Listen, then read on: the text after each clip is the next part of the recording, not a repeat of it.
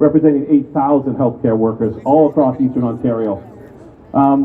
I still consider my real job, though, as an RPN. And in next month, I will be in service with Bruyere for 33 years.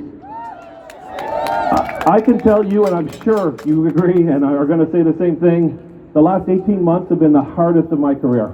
We have suffered so many challenges. And I'm just going to share one quick little story with you. It was my first day going onto my unit when we were declared under outbreak. And I work on a respiratory unit. We have ventilated patients there, very susceptible to this virus.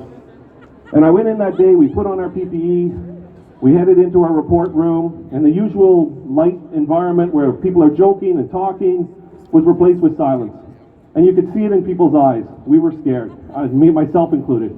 There was fear, there was anxiety, but I saw something that day and I'm going to carry this with me for the rest of my life. We got our report, we got our assignments, and I saw determination and I saw courage. And I saw we had a job to do, and damn, we were going to do that job. Because those patients deserve that care, and we were going to do it. Thank you. And wave after wave of this pandemic, we've done it. All you healthcare workers across this province, we've stepped up, we've done our jobs. Some of the other sacrifices, no vacation, extended tours, mandatory overtime, redeployed into very dangerous situations because our healthcare system was failing. And it wasn't the Ford government, nor the OHA that supported this healthcare system. It was you, the workers. We did that job.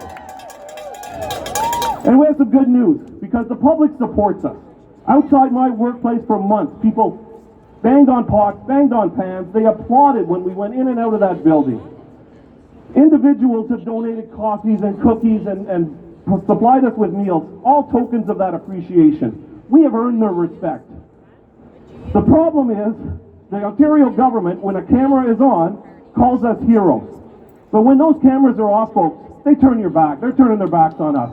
And that's a shame. They go back to their offices, and we're no longer heroes. We're numbers on a budget line. And I can tell you, look you in the eye, and say you deserve so much more than that, because you've earned that right. So many of my members were shocked when they heard of Bill 124, and we all know Bill 124, 1% wage increase per year for 3 years. Back in the month of May, inflation was running at 3.6%. So in real terms, this government, for your reward, is issuing you a 2.6% wage cut. And we know inflation is on the rise. Filling our gas tanks, buying food and clothes for our families. Our dollars are being stretched. So I say to the Ford government, shame on you. Shame on you. But I wish that was the end of my bad news. I have the privilege of serving on the bargaining team, central bargaining team, with a strong CUPE team and a really strong SEIU team as well. And we did a proposal exchange back in the summer.